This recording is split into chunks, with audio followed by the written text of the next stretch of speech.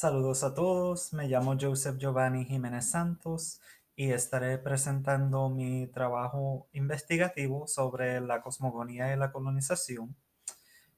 Primeramente quisiera agradecer a University of Massachusetts Amherst por permitirme participar de este foro y también al profesor, el doctor Antonio Guijarro Donadios de Worcester State University, que ha supervisado mi investigación y me ha estado guiando durante todo este proceso. Mi trabajo se titula De la cosmogonía a la colonización. La literatura del periodo colonial abarca temas complejos sobre la conquista y colonización de las Indias occidentales. Dentro de ellos está la creación del mundo, la tradición religiosa, los ritos y las jerarquías tanto de los indígenas como de los europeos. Mediante la evangelización de la Iglesia Católica se logra una sumisión de los indígenas y una eventual apropiación de parte de los mismos del catolicismo. Luego los papeles se invierten y los europeos comienzan a apropiarse de algunos elementos culturales indígenas, aunque retienen el poder que han conseguido.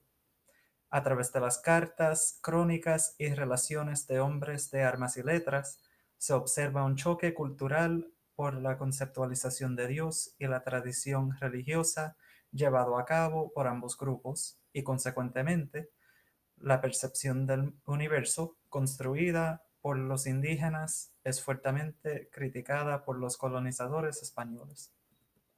Para comprender el proceso, es puntual analizar la cosmogonía indígena y la forma en que ésta influye dicho proceso. Examinar a través de un lente crítico y objetivo el papel de la cosmogonía en la colonización según los cronistas del Nuevo Mundo provee una mayor comprensión de lo acontecido durante el proceso de la colonización. El proceso de colonización del Nuevo Mundo comienza con los viajes de Cristóbal Colón, autorizados por los reyes católicos.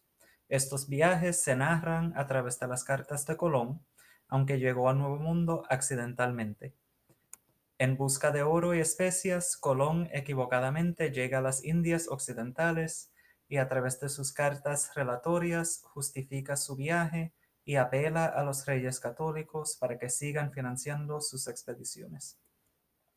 Estas apelaciones contienen además unas descripciones de las tierras que ve Colón y las costumbres de los indígenas con los que se encuentra. El explorador comienza a relatar su experiencia con los indígenas y la aparente falta de maldad en ellos. Comienza a desarrollarse el mito del buen salvaje que no ha sido corrompido por la civilización. Colón asegura que los indígenas no conocían sectas ni eran idólatras, y que eran pacíficos y serían fáciles de evangelizar. Luego escribe sobre las hechicerías y supersticiones que practicaban los indígenas. Por otro lado, Hernán Cortés, en su segunda carta de relación a Carlos V, busca justificar su empresa imperial a través de la violencia. Poblar, conquistar y colonizar son sus objetivos principales y crea una ficción legítima y jurídica para justificar sus acciones. Cortés también ofrece una caracterización de Moctezuma ingenua.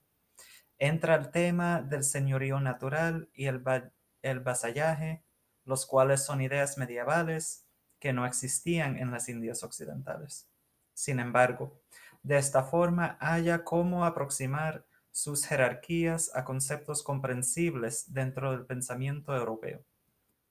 El saqueo de tierras y apoyo a la violencia por parte de Cortés y total desentendimiento de la vida cotidiana indígena marca un punto extremo en la conquista del Nuevo Mundo. Sin embargo, Bartolomé de las Casas, en su brevísima relación de la destrucción de las Indias, ofrece otro ángulo por el que se puede considerar al indígena. En esta relación escrita para Felipe II de España, Las Casas expone una genuina preocupación por las almas de los indígenas. En su hiperbólico intento de persuadir, yuxtapone a los indígenas y a los conquistadores. Las Casas apela a los sentimientos de Felipe II, comparando el maltrato de parte de los conquistadores con la bondad inherente de los nativos. La retórica de Bartolomé de las Casas de los indígenas los caracteriza como seres pacíficos que intentan defenderse. Su retórica en cuanto a los españoles los caracteriza como monstruos que acabarían con la civilización.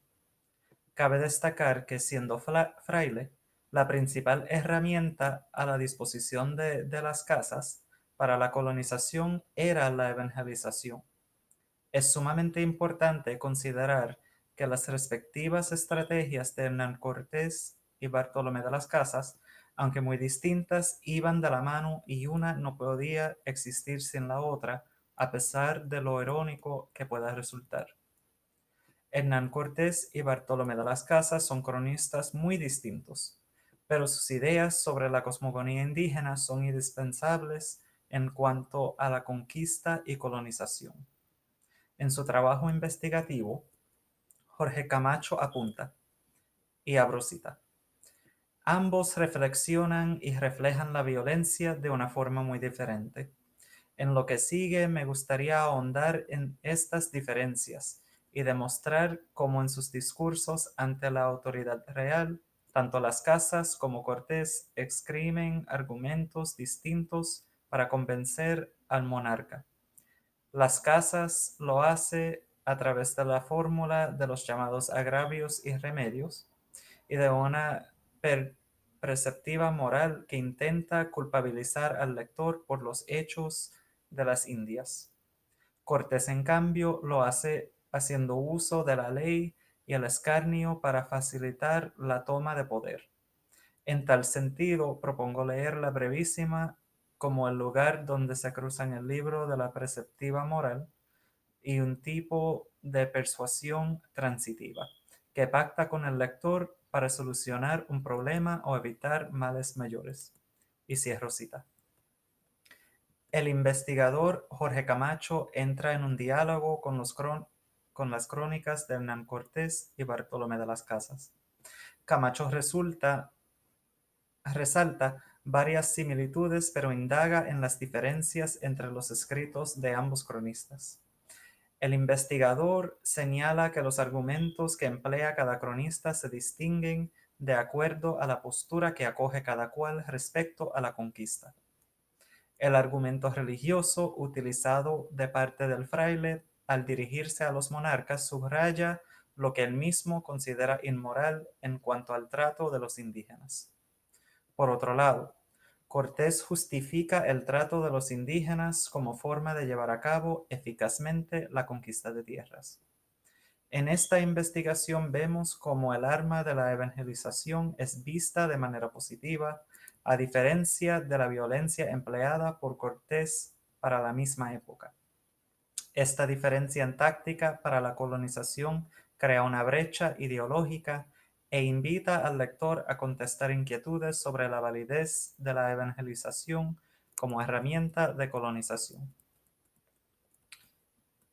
La colonización es un asunto complejo y las implicaciones que tuvo la cosmogonía indígena en esta son grandes.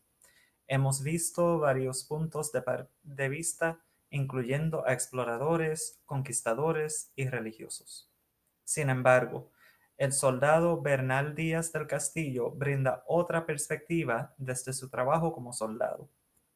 Es importante destacar que Díaz del Castillo fue soldado bajo el conquistador Hernán Cortés, y hubo muchas fricciones entre ambos. Díaz del Castillo detalla sus experiencias en la conquista en su historia verdadera de la conquista de la Nueva España.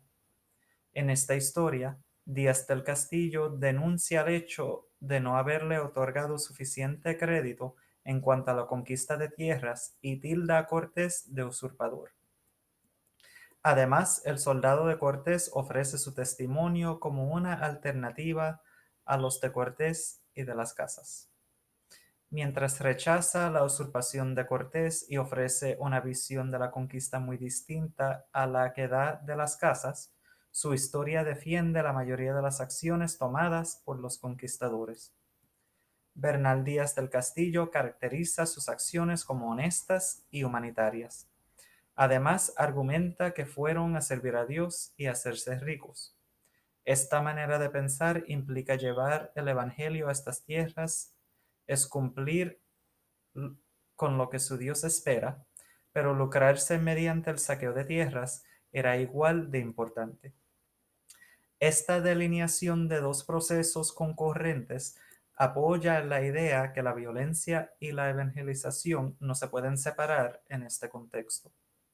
Para lograr una sumisión completa de los indígenas, había que indoctrinarlos a través de una evangelización intergeneracional. Cuando este proceso fallaba, la violencia y el saqueo prevalecían. Por tanto, llevar ambos procesos simultáneamente, en total desprecio de la cosmogonía indígena y su vida cotidiana, se consideró la fórmula perfecta para una colonización eficaz. Una de las herramientas más poderosas en la colonización es la aculturación. Esta se conoce como el proceso mediante el cual un grupo de personas o una sociedad se apropia de una cultura que no es la suya. En su investigación acerca de la religión y la aculturación en las Américas, Jaime Márquez señala que, y abro cita, siguiendo estas mismas pautas, la confesión indígena encarnará pedagógicamente ese momento del ritual católico en el cual la intimidad cotidiana de los fieles es evocada en sus más mínimos detalles y excesos. Los manuales impresos presentan, pues, una lista de preguntas, con su correspondiente traducción al idioma o dialecto local, generalmente muy minuciosas, que ayudaban al sacerdote a auscultar la intimidad del penitente que acudía ante él. Es importante agregar que estos manuales se presentaban como una guía de apoyo para el interrogatorio, quedando a discreción del confesor la elección de las preguntas que le convinieran en función de la calidad del penitente, sexo, edad, condición social, etc. Y cierro cita. Jaime Márquez resalta un estudio profundo de la aculturación de los indígenas a manos de los conquistadores. La apropiación de la fe católica de parte de los indígenas, según Márquez, como consecuencia de la llegada de los europeos a las Indias Occidentales, inicia la paulatina destrucción de la cosmogonía indígena. La introducción de varios elementos de la religión católica, como el pecado, la confesión y la penitencia, a la vida indígena da comienzo a este proceso de colonización. El discurso centrado en lo inmoral de las prácticas de los indígenas es una parte clave de la retórica europea. Los colonizadores buscan una internalización de culpa de parte de los indígenas que luego acudirían al sacerdote europeo en busca de la absolución de sus pecados. La culpa individual luego se convierte en una culpa colectiva y comienza a formar parte de su cultura. Márquez señala que este proceso intergeneracional es el que convierte a la España imperial en un poder mundial. A modo de conclusión, observamos cómo la representación y caracterización de los indígenas en varias cartas, crónicas y relaciones durante el periodo colonial es clave para la comprensión del papel en la conquista y la colonización de las Indias Occidentales por parte de los europeos. Algunos puntos de partida: la creación del mundo, la religión, la tradición y las jerarquías sociales son elaborados por los cronistas del Nuevo Mundo y utilizados para lograr su fin de colonización. No obstante, la Iglesia Católica toma un rol inigualable en el cumplimiento de la misión que es la conquista y la colonización. A través de las enseñanzas de la Iglesia como herramienta, se lanza una batalla retórica que busca aplastar y hacer desaparecer las costumbres y las creencias de los indígenas, mientras eleva y otorga cierta superioridad a la cultura europea. Es mediante esta batalla llevada a cabo por la Iglesia que se logra una sumisión general indígena y su apropiación de la fe católica.